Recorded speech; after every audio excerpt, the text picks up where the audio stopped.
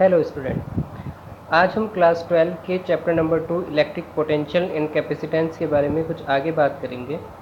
कुछ चीज़ें हमने पढ़ ली थी क्या कि इलेक्ट्रिक पोटेंशियल क्या होता है और वो सब चीज़ें। आज का टॉपिक जो है हमारा है इलेक्ट्रिक पोटेंशियल एनर्जी, यानी what is called electric potential energy. क्या होता है इलेक्ट्रिक पोटेंशियल एनर्जी? देखो, मैंने आपको बताया था कि किसी यूनिट चार्ज को किसी पॉइंट तक लाने में हमें जितना वर्क करना पड़ता है तो वो किसके बराबर होता है, उस पॉइंट पर पोटेंशियल के बराबर होता है। अब इलेक्ट्रिक पोटेंशियल एनर्जी क्या है? पहली बात तो ये एक सिस्टम के लिए डिफाइंड होती है, ठीक है।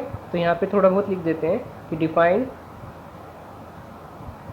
फॉर ए सिस्टम, ठीक है। और कैसे डिफाइंड होती है? मान लो एक चार्ज है Q1 और एक चार्ज है Q2 और ये एक दूसरे से कितनी डिस्टेंस दूर है? R डिस्टेंस दूर है, ठीक है। तो इस सिस्टम में बल्कि इन चार्जेस में अपनी अपनी पोजीशन की वजह से एक एनर्जी होती है जिसे हम पोटेंशियल एनर्जी बोलते हैं। तो डिफाइन कैसे करते हैं? देखो, मान लो Q1 और Q2 कहाँ रखे हुए हैं? इनफाइनाइट पे रखे हुए हैं, और इनफाइनाइट से हम उन दोनों चार्ज को कहाँ लेकर आ रहे हैं? एक किसी पॉइंट पर लेकर आ रहे हैं और एक दूसरे से R डिस्टेंस पर है, ठीक है। तो सबसे पहले ये देखो, Q1 चार्ज कहाँ है? इनफाइनाइट डिस्टेंस पर है, और पहले हम Q1 को लेकर आए, फिर Q2 को लेकर आएंगे। इसमें हमें जो भी वर्क करना पड़ेगा वही सिस्टम में पोटेंशियल एनर्जी की फॉर्म में स्टोर हो जाएगा, ठीक है। तो इलेक्ट्रिक पोटेंशियल एनर्जी क्या है? It is defined as work done to bring a positive charge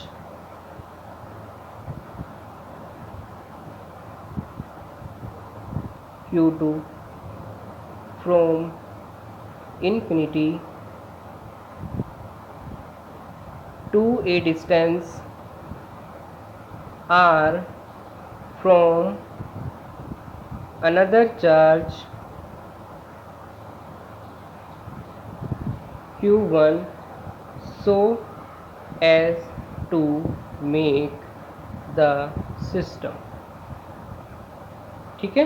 तो सिस्टम बनाने के लिए Q1 चार्ज से R डिस्टेंस पर हम Q2 चार्ज को लेकर आ रहे हैं। Q2 को कहाँ से लेकर आ रहे हैं? इनफाइनाइट से लेकर आ रहे हैं। तो जितना हमें वर्क करना पड़ेगा उसे हम क्या बोलते हैं? उस सिस्टम की पोटेंशियल एनर्जी बोलते हैं। तो मान लो इनफाइनाइट, अभी दोनों चार्ज Q1 और Q2 क्या है? इनफाइनाइट पर है, ठीक है। और स्पेस में ऐसा मान लो कि कोई और चार्ज नहीं है। सबसे पहले आप क्या किया? आपने इनफाइनाइट से Q1 को लेकर आए और किसी पॉइंट पर लाकर फिक्स कर दिया, तो ये Q1 है, ठीक है। अब Q1 अगर हम किसी दूसरे चार्ज को, मान लो Q2 को इसके पास लेकर आ रहे हैं, वो दोनों पॉजिटिव चार्ज हैं, तो क्या करेंगे? एक दूसरे को रिपेल करेंगे, और रिपेल करने का मतलब है कि हमें और वर्क करना पड़ेगा इन्हें एक दूसरे के पास लाने के लिए, ठीक है। तो वो जो वर्क करना पड़ेगा वही सिस्टम में पोटेंशियल एनर्जी की फॉर्म में स्टोर हो जाएगा, ठीक है। तो अगर हम Q1 से किसी डिस्टेंस R डिस्टेंस पर दूसरे चार्ज को लेकर आना चाहते हैं, इस Q2 चार्ज को इनफाइनाइट से यहाँ पर लेकर आना चाहते हैं, तो कितना वर्क करना पड़ेगा? देखो, हमने इससे पहले पढ़ा है कि यूनिट चार्ज को, यानी +1 कूलम, यूनिट चार्ज को इनफाइनाइट से किसी पॉइंट तक लाने में कितना वर्क किया जाता है? जितना यहाँ पर पोटेंशियल होता है। तो अगर ये पॉइंट P है तो potential at P due to charge Q1, भाई Q1 तो पहले से ही है यहाँ पे। Q1 चार्ज की वजह से P पॉइंट पर पोटेंशियल क्या होगा? पोटेंशियल का फॉर्मूला होता है Q/4πε0 और R, यानी चार्ज अपॉन 4πε0 और R जो पोटेंशियल है कितनी डिस्टेंस पर हम निकाल रहे हैं। तो Q1 की वजह से यहाँ P पॉइंट पर पोटेंशियल निकाल रहे हैं, तो चार्ज हो गया Q1 अपॉन 4πε0, और कितनी डिस्टेंस दूर निकाल रहे हैं? R डिस्टेंस दूर। तो Q1 की वजह से P पॉइंट पर पोटेंशियल क्या होगा? Q1 अपॉन 4πε0 R, ठीक है। What is this? This is work done to bring unit positive test charge from infinity to a point. ठीक है, लेकिन हम +1 चार्ज को नहीं लेकर आ रहे हैं, हम किस चार्ज को लेकर आ रहे हैं, Q2 चार्ज को लेकर आ रहे हैं। तो Q2 चार्ज को लाने में, तो work done to bring Q2 charge from infinity to this point मतलब पॉइंट P की बात हो रही है, दिस पॉइंट इज। तो वन चार्ज को लाने में हमें इतना वर्क करना पड़ेगा। अगर इसे चलो आप V पोटेंशियल कह दो V, तो Q2 चार्ज को लाने में कितना वर्क करना पड़ेगा, Q2 into V। Q2 V की वैल्यू क्या है, Q1 अपॉन 4πε0 R। ठीक है, तो इस सिस्टम की ये जो हमें वर्क करना पड़ेगा Q1 और Q2 को इनफाइनाइट से एक दूसरे से R डिस्टेंस किसी पॉइंट पर लेकर आ रहे हैं और एक दूसरे से R डिस्टेंस दूर रख रहे हैं, तो कितना वर्क करना पड़ेगा, हमें इतना वर्क करना पड़ेगा। और यही जो वर्क है वो सिस्टम में पोटेंशियल एनर्जी के रूप में स्टोर हो जाएगा। तो पोटेंशियल एनर्जी ऑफ सिस्टम की पोटेंशियल एनर्जी कितनी हो गई, Q1 Q2 upon 4πε0 R। R क्या है, Q1 और Q2 के बीच की डिस्टेंस। पोटेंशियल एनर्जी को U से डिनोट करते हैं, तो U is equal to Q1 Q2 upon 4πε0 R। ठीक है, अब नेक्स्ट टॉपिक है electric potential due to a system of 2 और मोर चार्ज। अगर सिस्टम में दो से ज़्यादा चार्ज है, ठीक है, हमने 2 चार्ज की तो बात कर ली, लेकिन 2 से ज़्यादा चार्ज है, तो पोटेंशियल एनर्जी कैसे निकालेंगे, एनर्जी। ठीक है, तो मान लो ये एक ट्रायंगल है, इस चार्ज कैसे अरेंज है, जैसे ट्रायंगल पे अरेंज होते हैं। तो Q1 Q2 Q3 जैसे ट्रायंगल के तीनों वर्टेक्स पे 3 चार्ज रखे हुए हैं। Q1 और Q2 के बीच की डिस्टेंस आप R12 कह दो, Q2 Q3 के बीच की डिस्टेंस R23 और Q1 और Q3 के बीच की डिस्टेंस R13। तो अगर हमें पोटेंशियल एनर्जी निकालनी है कि सिस्टम की पोटेंशियल एनर्जी क्या होगी, अगेन दोबारा से बताता हूँ कि पोटेंशियल एनर्जी क्या होती है, Q1 और Q2 और Q3 तीनों चार्ज कहाँ हैं, इनफाइनाइट पर है। इनफाइनाइट से इन तीनों चार्ज को कहीं लाकर एक दूसरे से Q1 और Q2 के बीच की डिस्टेंस R12 और ऐसे इन दोनों के बीच Q2 और Q3 के बीच की डिस्टेंस R23 और Q3 को Q1 से R13 इतना डिस्टेंस दूर रखने में जितना वर्क करना पड़ेगा उसे हम पोटेंशियल एनर्जी बोलते हैं। तो अगर आपको पोटेंशियल एनर्जी निकालनी है, सबसे पहले क्या करते हैं, इसमें देखते हैं कितने पॉसिबल पेयर बनेंगे। भाई एक तो Q1 और Q2 का पेयर बन सकता है, एक Q2 और Q3 का पेयर बन सकता है और एक Q3 और Q1 का पेयर बन सकता है। तो ये जो पॉसिबल पेयर बन सकते हैं वो पेयर निकालेंगे और हर एक पेयर के लिए पोटेंशियल एनर्जी का फॉर्मूला लिखेंगे जो हमने ऊपर लिखा है। तो Q1 और Q2 ये एक पेयर है और ये एक दूसरे से कितनी डिस्टेंस पर है, R12 डिस्टेंस पर है। तो कितनी पोटेंशियल एनर्जी हुई, Q1 Q2 अपॉन 4πε0 R12। ठीक है, ऐसे Q2 और Q3 एक पेयर है, कितना वर्क करना पड़ेगा इन एक दूसरे के पास लाने में, Q2 Q3 अपॉन 4πε0 R23। ऐसे ही Q3 और Q1 ये भी एक पेयर है, तो Q3 और इंटू Q1 अपॉन 4πε0 R31। तो तीनों की R31 या R13। तो हमें क्या करना है, जितने पॉसिबल पेयर बनते हैं हर पेयर की वजह से ऐसी पोटेंशियल एनर्जी टर्म लिखनी है और सबको आपस में ऐड कर देना है। तो इस सिस्टम की पोटेंशियल एनर्जी ये आ जाएगी। ऐसे ही अगर अगर चार्ज कैसे अरेंज है, मान लो एक स्क्वायर की शेप में अरेंज है, ऐसे अरेंज है कि Q1 इस वर्टेक्स पे है, Q2 यहाँ पे, Q3 यहाँ पर और Q4 यहाँ पर। ठीक है, Q1 और Q2 के बीच की डिस्टेंस R12, Q2 और Q3 के बीच की डिस्टेंस R23, Q3 और Q4 की डिस्टेंस R34 और Q4 और Q1 के बीच की डिस्टेंस R41। ठीक है, ये स्क्वायर हो भी सकता है, नहीं भी। ठीक है, कोई क्वाड्रिलेटरल जनरल क्वाड्रिलेटरल हो सकता है। ठीक है, तो कितने पॉसिबल पेयर बन रहे हैं देखो, एक तो Q1 और Q2 का पेयर बन रहा है।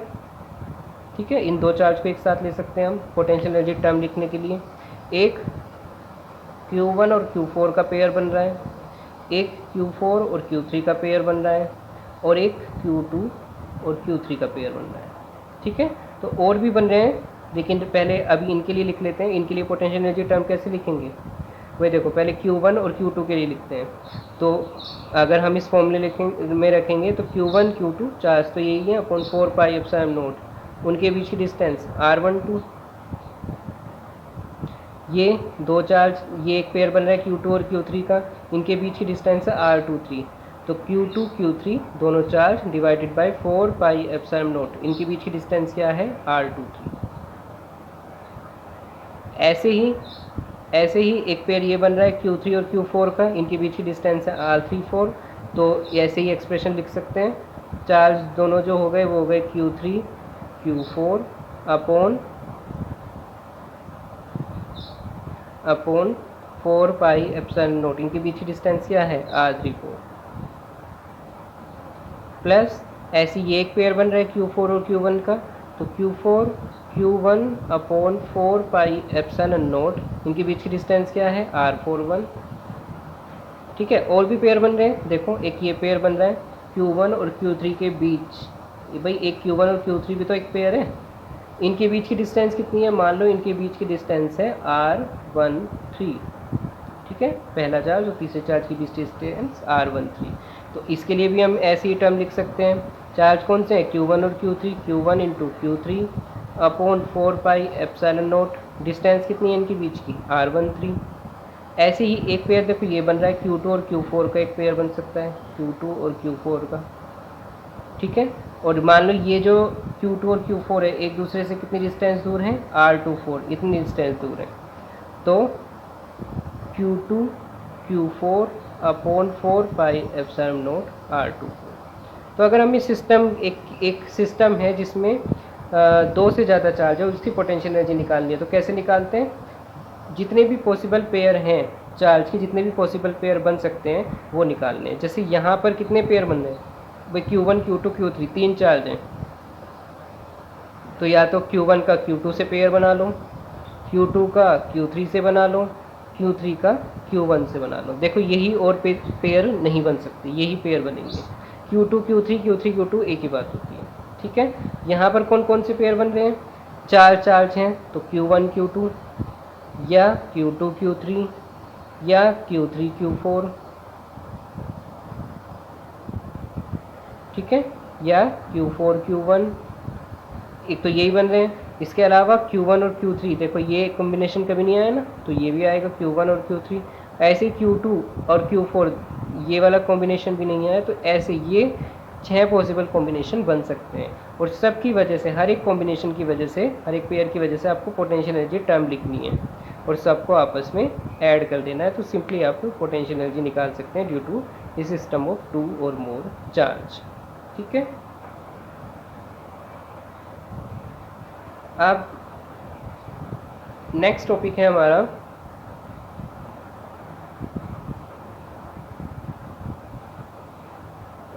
Work done to rotate a dipole placed in uniform electric field.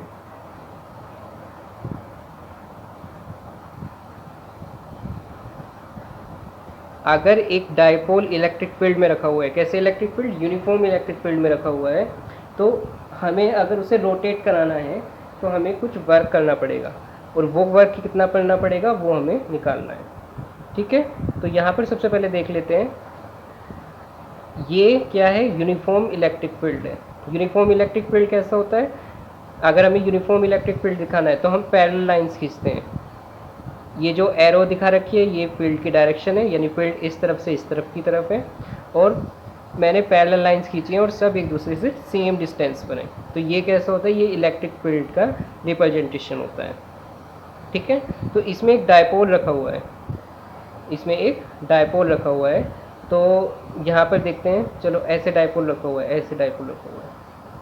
ठीक है, यहाँ पर आपका हो गया माइनस क्यू चार्ज, यहाँ पर आपका हो गया प्लस क्यू चार्ज, और इनके बीच की डिस्टेंस है मान लो 2a। तो ये एक डायपोल रखा हुआ है, और डायपोल को अगर हमें रोटेट कराना है तो हमें कुछ वर्क करना पड़ेगा। ठीक है, तो कितना करना पड़ेगा देखते हैं। देखो ये इलेक्ट्रिक फील्ड E है, आपको पता है कि अगर कोई चार्ज इलेक्ट्रिक फील्ड में रखा हुआ है तो उस पर एक फोर्स लगता है, और कितना फोर्स लगता है, F equal to Q E के बराबर, चार्ज इनटू इलेक्ट्रिक फील्ड। ठीक है, और पॉजिटिव चार्ज पर इलेक्ट्रिक फील्ड के अलोंग फोर्स लगता है, यानी इलेक्ट्रिक फील्ड के अलोंग मूव करता है पॉजिटिव चार्ज, और नेगेटिव चार्ज पर इलेक्ट्रिक फील्ड के अपोजिट डायरेक्शन में फोर्स लगता है। तो प्लस क्यू पर कितना लगेगा, इस पर कितना लगेगा, प्लस क्यू पर, तो force on charge plus Q ऐसे लिख लेते हैं। प्लस क्यू पर कितना चार्ज लगता है, तो कितना लग रहा है, charge into electric field, charge क्या है क्यू, इलेक्ट्रिक फील्ड है ई, क्यू इंटू ई, इतना चार्ज लग रहा है। किस तरफ लग रहा है, इन द डायरेक्शन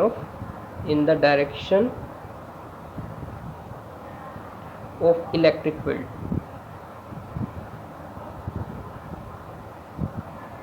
ऐसे ही माइनस क्यू चार्ज यहाँ पे है, माइनस क्यू चार्ज भी फील्ड में रखा हुआ है, इस पर भी एक फोर्स लगेगा। आपको पता है इलेक्ट्रिक फील्ड के अपोजिट डायरेक्शन में माइनस क्यू पर एक फोर्स लगेगा, कितना लगेगा, F minus Q.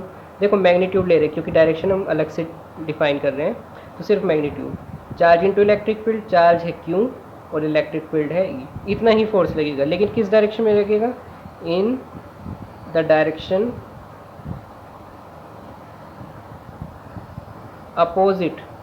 Opposite to electric field, यानी इलेक्ट्रिक फील्ड के अपोजिट इतना फोर्स लग रहा है। अब सबसे पहले तो ये बता दूं मैं आपको कि टोटल ट्रांसलेशनल फोर्स,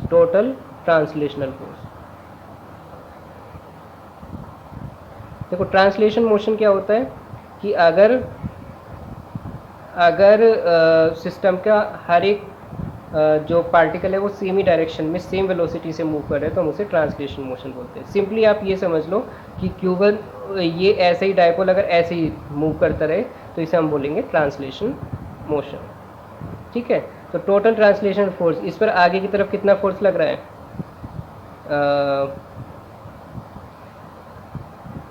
आगे की तरफ कितना फोर्स लग रहा है, प्लस क्यू ई। पीछे की तरफ कितना फोर्स लग रहा है, क्यू ई ही लग रहा है, लेकिन डायरेक्शन, अगर हम आगे वाली डायरेक्शन को प्लस ले लेते हैं तो पीछे वाली डायरेक्शन को माइनस लेना पड़ेगा। ठीक है, डायरेक्शन डिफरेंशिएट हो जाएगी कि अगर मैं प्लस में लिखता हूँ तो वो आगे की तरफ लिखा हुआ है, माइनस में लिखता हूँ तो पीछे वाली डायरेक्शन की तरफ लिखा हुआ है। तो टोटल ट्रांसलेशन फोर्स कितना हो गया, प्लस क्यू ई आगे की तरफ यानी, और in the direction opposite to electric field, तो क्यू ई माइनस चार्ज की वजह से ये हमें लेना पड़ेगा माइनस की, क्योंकि पीछे की तरफ लग रहा है। तो टोटल ट्रांसलेशन फोर्स कितना लग रहा है, 0। तो ये जो डायपोल है इलेक्ट्रिक फील्ड में मूव नहीं करेगा, मतलब ट्रांसलेशन मोशन नहीं करेगा, इधर उधर नहीं जाएगा, लेकिन क्या कर सकता है, रोटेट हो सकता है। कैसे रोटेट हो सकता है ये भी हम देख लेते हैं। देखिए इस पर एक फोर्स लग रहा है इस तरफ F प्लस क्यू, इस तरफ लग रहा है F माइनस क्यू डायपोल पर। ठीक है, तो अब होगा क्या, ये plus Q charge plus charge को आगे की तरफ ले जाने की कोशिश कर रहा है, ये माइनस क्यू चार्ज को ऊपर की तरफ ले जाने की कोशिश कर रहा है, इस तरफ ले जाने की कोशिश कर रहा है। मैंने आपको बताया ट्रांसलेशन मोशन होगा नहीं, तो होगा क्या, उसका नेट इफेक्ट ये होगा कि ये जो डायपोल है ये घूमने लगेगा और घूम कर क्या आ जाएगा, ये जो प्लस क्यू है ये और माइनस क्यू एक दूसरे के डायरेक्टली अपोजिट बिल्कुल ऐसे हो जाएंगे, parallel to electric field.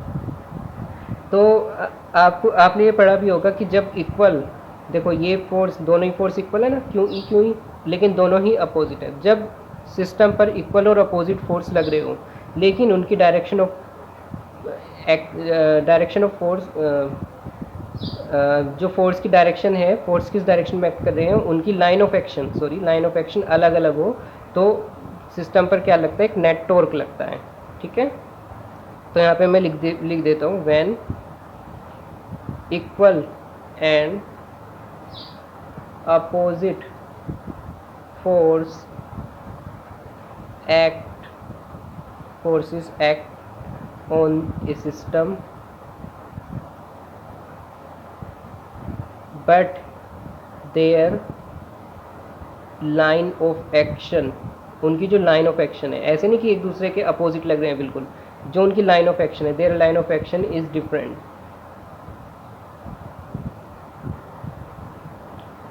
Then two force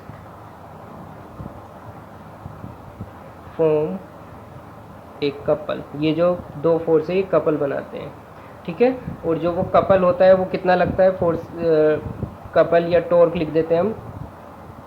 तो सपोज या let dipole is rotated by an angle d theta. Dipole को कितना एंगल रोटेट कर रहे हैं, डी थीटा। तो कितना वर्क करना पड़ेगा, वर्क डन कितना वर्क करना पड़ेगा हमें, वर्क का फॉर्मूला होता है, बल्कि डी डब्ल्यू लिख लेते हैं क्योंकि छोटा सा डिस्प्लेसमेंट, छोटा सा एंगल रोटेट कराना है डायपोल को, तो कितना वर्क करना पड़ेगा, डी डब्ल्यू। और वर्क का फॉर्मूला होता है टॉर्क डी थीटा। जैसे फोर्स इंटू डिस्प्लेसमेंट होता है, फोर्स इंटू डिस्प्लेसमेंट वर्क का फॉर्मूला। तो ट्रांसलेशन रोटेशनल मोशन में फोर्स की जगह टॉर्क होता है और डिस्प्लेसमेंट की जगह एंगुलर डिस्प्लेसमेंट या एंगल होता है, ठीक है। अब टॉर्क कितना लग रहा है, अच्छा हमें वर्क डन निकालना था ना, अभी मैं टॉर्क पर बता देता हूँ। टॉर्क कितना लग रहा है, टॉर्क लग रहा है, दोनों इक्वल है ना, अपोजिट फोर्स है ना, दोनों इक्वल फोर्स हैं, तो one force into perpendicular distance between them. कोई भी एक फोर्स ले लो और उनके बीच की परपेंडिकुलर डिस्टेंस, इतना टॉर्क या इतना कपल इस डायपोल पर लग रहा है। और डी थीटा क्योंकि हम इसे रोटेट करें इतना वर्क हमें करना पड़ेगा। तो एक फोर्स कितना है, तो दोनों इक्वल फोर्स लग रहे हैं, Q E. Perpendicular distance between them, इनके बीच की परपेंडिकुलर डिस्टेंस क्या है, तो परपेंडिकुलर देखो ये वाला जो फोर्स है वो इस लाइन के अलोंग लग रहा है, ये जो माइनस क्यू फोर्स है ये इस लाइन के अलोंग लग रहा है। इनके बीच की परपेंडिकुलर डिस्टेंस ये रही, यहाँ से यहाँ पे परपेंडिकुलर डाल दो इस लाइन पे। तो ये कैसे निकालेंगे, मान लो ये एंगल थीटा है, ठीक है। तो हम यहाँ पर भाई देखो अगर ये 90 है ये थीटा है, तो ट्रिग्नोमेट्री के अकॉर्डिंग ये हाइपोटेन्यूस हो जाएगा और ये परपेंडिकुलर, यानी साइन थीटा का फॉर्मूला लगा सकते हैं। मैं यहाँ पे लिख देता हूँ, साइन थीटा होगा परपेंडिकुलर, यानी आप यहाँ पे नाम भी लिख लो, ये ए, ये बी और ये सी, तो B C upon A B, और ए बी की वैल्यू है 2a, B C upon 2a, यानी बी सी की value perpendicular distance between force क्या हो गया, 2a साइन थीटा, 2a इधर ले जाओ मल्टीप्लाई में, और डी थीटा। अच्छा अब q और उनके बीच की डिस्टेंस है 2a, q इंटू 2a, इसे हम बोलते हैं डायपोल मोमेंट। तो q इंटू 2a हो गया p e sign theta d theta. तो इतना वर्क हमें करना पड़ेगा अगर हमें डायपोल को रोटेट कराना है। तो let dipole is rotated through an angle theta, then या ऐसे लिख दो, through angle theta, then net work done, कितना वर्क करना पड़ेगा, नेट वर्क डन। तो W यानी ऐसे ही छोटे छोटे वर्क डन निकालो और इसे आप इंटीग्रेट कर लो। तो थीटा एंगल रोटेट किया गया, तो मान लो डायपोल शुरू में पैरेलल टू इलेक्ट्रिक फील्ड रखा हुआ है, यानी डायपोल कैसे रखा हुआ है, ऐसे रखा हुआ है। डायपोल शुरू में पैरेलल टू इलेक्ट्रिक फील्ड रखा हुआ है, तो इलेक्ट्रिक फील्ड और डायपोल के बीच में एंगल थीटा, इलेक्ट्रिक फील्ड ये रही और डायपोल ये रहा। तो इलेक्ट्रिक फील्ड और डायपोल के एंगल में बीच में क्या एंगल है, यहाँ पर 0 क्योंकि पैरेलल रखा हुआ है। तो 0 से कहाँ थीटा एंगल रोटेट कर रहे हैं, थीटा एंगल रोटेट कर रहे हैं, कितना वर्क करना पड़ेगा, डी डब्ल्यू आप लिख दो, P E sine theta d theta. तो पी ई कॉन्स्टेंट है, बाहर आ जाएगा, बचा अंदर 0 to theta sine theta d theta. अच्छा, साइन थीटा का इंटीग्रेशन क्या होता है, कोस थीटा माइनस के, तो minus P E cos theta, limit रखनी है आपको 0 से थीटा तक। तो पहले क्या करते हैं, पहले अपर लिमिट रखते हैं minus P E cos theta, minus नीचे वाली लिमिट रखते हैं कोस थीटा की जगह 0, कोस 0 होता है 1, तो minus P E cos theta minus 1, और माइनस की भी अंदर मल्टीप्लाई कर लो तो पी ई 1 माइनस कोस थीटा। तो कितना वर्क करना पड़ेगा, अगर हमें डायपोल को रोटेट करना है, कहाँ से, मान लो डायपोल इलेक्ट्रिक फील्ड के पैरेलल रखा हुआ है, तो अगर हमें डायपोल को रोटेट करना है थीटा एंगल, तो हमें इतना वर्क करना पड़ेगा। ठीक है,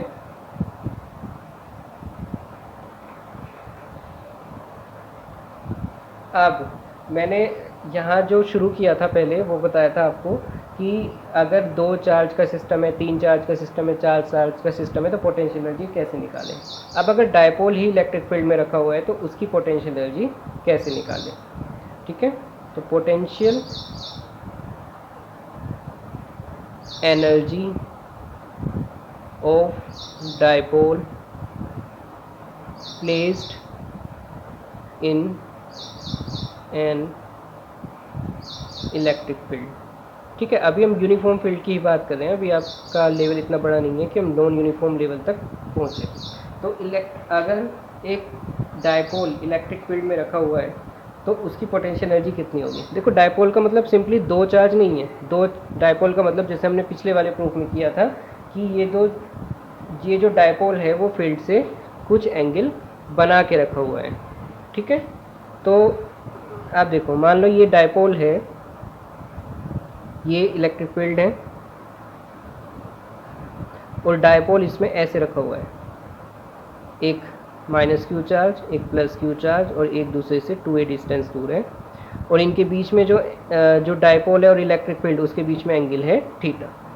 तो अब आपको क्या करना है, आपको माइनस क्यू और प्लस चार्ज क्यू चार्ज को एक दूसरे इनफाइनाइट से पहले तो इन पॉइंट पर लाना है, और फिर लाने के बाद पहले तो इनफाइनाइट से इन 2 पॉइंट पर लेकर आना है। ठीक है, तो अब हमारा तरीका क्या है निकालने का, तो निकालने का तरीका ये है कि हम 2 काम करते हैं। सबसे पहले तो ये एक यूनिफॉर्म इलेक्ट्रिक फील्ड है। सबसे पहले हम क्या काम करते हैं कि जो माइनस क्यू चार्ज और प्लस क्यू चार्ज, एक डायपोल मान लो इनफाइनाइट पे रखा हुआ है, हमें माइनस क्यू चार्ज को, या डायपोल नहीं, छोड़ो, माइनस क्यू चार्ज और प्लस क्यू चार्ज मान लो इनफाइनाइट पे रखा हुआ है। ठीक है, माइनस क्यू चार्ज, तो माइनस क्यू चार्ज को हम यहाँ तक लेकर आ रहे हैं। तो माइनस क्यू चार्ज को जब हम यहाँ पे लेकर आएंगे, अभी देखो स्पेस में इलेक्ट्रिक फील्ड है, तो कितना वर्क करना पड़ेगा, चलो कुछ करना पड़ेगा, पहले माइनस क्यू चार्ज को हम यहाँ पे ले आए। ठीक है, फिर हमें क्या रह रहा है, डायपोल बनाने के लिए प्लस क्यू चार्ज को भी लाना पड़ेगा, तो प्लस क्यू चार्ज को हम उठा के यहाँ पर ले आए। हमें कुछ वर्क करना पड़ेगा, लेकिन वो बाद में कंप्यूट करेंगे, और ये दूसरे से कितने डिस्टेंस पर हो रहे हैं, 2a डिस्टेंस हो रहे हैं, तो एक डायपोल बन गया। लेकिन अब डायपोल ना इलेक्ट्रिक फील्ड से थीटा एंगल बनाते हुए रखा गया है, तो इसका मतलब अब हमें क्या करना पड़ेगा, एक प्रोसेस तो हमने ये कर लिया कि डायपोल को बना दिया, अब हमें क्या करना है, उसे थोड़ा सा रोटेट करना है ताकि वो फील्ड से थीटा एंगल बना ले। ठीक है, तो हमें क्या करना है, सबसे पहले तो 2 काम करने हैं हमें, एक तो माइनस क्यू चार्ज और प्लस क्यू चार्ज को यहाँ तक लेकर आना है। ठीक है, डायपोल तो बन गया, अब डायपोल को एक जो पर्टिकुलर पोजीशन मैंने दिखा रखी है उस पोजीशन में तो भी तो अलाइन करना है। तो सबसे पहले डायपोल को हम ऐसे लेकर आए, और डायपोल को ऐसे लेकर आने के बाद हमने डायपोल को थोड़ा सा रोटेट कर दिया। ठीक है, तो अगर हमें ये निकालना है कि कितना वर्क हमें करना पड़ेगा, तो हम अपनी प्रॉब्लम को 2 पार्ट में डिवाइड कर लेते हैं, फर्स्ट और सेकंड। फर्स्ट पार्ट ये है कि हमें माइनस क्यू और प्लस क्यू चार्ज को यहाँ से यहाँ तक लेकर आना है। अब देखो माइनस क्यू चार्ज को माइनस क्यू चार्ज देखो प्लस क्यू चार्ज पर किस तरफ फोर्स लग रहा है, इलेक्ट्रिक फील्ड के अलोंग, यानी इस तरफ। तो हम उसे जब हम इलेक्ट्रिक फील्ड में लेकर आएंगे तो हमें खुद वर्क करना पड़ेगा, क्योंकि प्लस के ऊपर, दोबारा से बना देता हूँ, प्लस के ऊपर चार्ज लग रहा है इधर और हमें उसे इधर मूव कराना है, तो हमें इस पर खुद फोर्स लगाना पड़ेगा, यानी वर्क करना पड़ेगा। तो work done to bring charge plus Q from infinity. तो कितना वर्क करना पड़ेगा, देखो वर्क जो होता है, वर्क होता है फोर्स इनटू डिस्प्लेसमेंट। अगर कोई चार्ज क्यू है उस पर वो इलेक्ट्रिक फील्ड में रखा हुआ है तो उस पर कितना फोर्स लगता है, क्यू इंटू ई। और डिस्प्लेसमेंट इनफाइनाइट से मान लो चार्ज को हम यहाँ तक लेकर आ रहे हैं, तो हमें कितना डिस्टेंस मूव कराना पड़ रहा है, चार्ज को टी डिस्टेंस मूव कराना पड़ रहा है। हालांकि इनफाइनाइट से लेकर आ रहे हैं तो इनफाइनाइट से डिस्टेंस का कोई मतलब नहीं होता, क्योंकि हम उसे काउंट नहीं कर सकते, इनफाइनाइट इतनी डिस्टेंस होती है। लेकिन मान लो एक बार के लिए कि हम डी डिस्टेंस मूव करा रहे हैं चार्ज को, तो प्लस क्यू चार्ज को इनफाइनाइट से यहाँ तक लाने में हमें इतना वर्क करना पड़ेगा, ठीक है। अच्छा एक बात और अलग लिख लेते हैं। फोर्स लग रहा है इस तरफ, फोर्स लग रहा है इस तरफ, मूव कराना है इस तरफ, तो इनके बीच में एंगल क्या है, 180 डिग्री। तो वर्क डन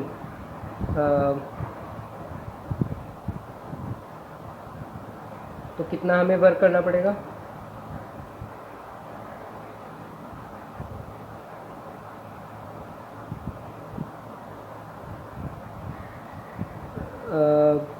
कितना हमें वर्क करना पड़ेगा। चलो ऐसे लिख लेते हैं, यहाँ पे एक्सटर्नल वर्क लिख लेते हैं, external work done to bring plus Q from infinity. कितना वर्क करना पड़ेगा, जब हम एक्सटर्नल वर्क की बात करें तो हमें फोर्स भी तो इसी तरफ लगाना पड़ेगा, और कितना फोर्स लगाना पड़ेगा।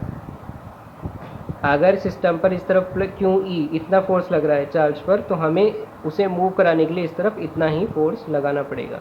तो ये कौन सा फोर्स है, ये एक्सटर्नल फोर्स हो गया, मान लो क्यू ई इंटू डी। अब एक्सटर्नल फोर्स भी इसी तरफ और डिस्प्लेसमेंट भी इसी तरफ। ऐसे ही external work done to bring charge minus Q from infinity. अब देखो इन्फिनिटी चार्ज को हम माइनस क्यू चार्ज को हम इनफाइनाइट से यहाँ तक लेकर आ रहे हैं, तो हमें कितना वर्क करना पड़ेगा। तो देखो माइनस क्यू चार्ज पर किस तरफ फोर्स लग रहा है, माइनस क्यू